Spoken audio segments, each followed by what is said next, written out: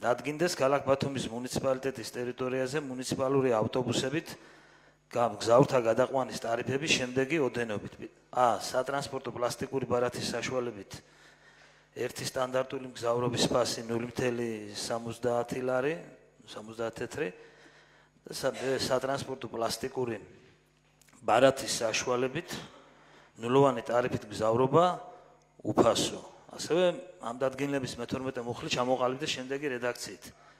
ქალაქ ბათუმის მუნიციპალიტეტის მერიამ შპს ბათუმის ავტოტრანსპორტის მიერ წარდგენილი ინფორმაციის საფუძველზე უზრუნველყო შპს ბათუმის ავტოტრანსპორტისთვის უფასო მგზავრობით ტარიფით მოსარგებლე თითოეულ მგზავრობის ტარიფის სტანდარტული ოდენება M3 კატეგორიის ავტობუსებით ადგილობრივი საქალაქო რეგულარული სამგზავრო გადაყვანისას 70 თეთრი შესავსებად თანხების ანაზღაურება.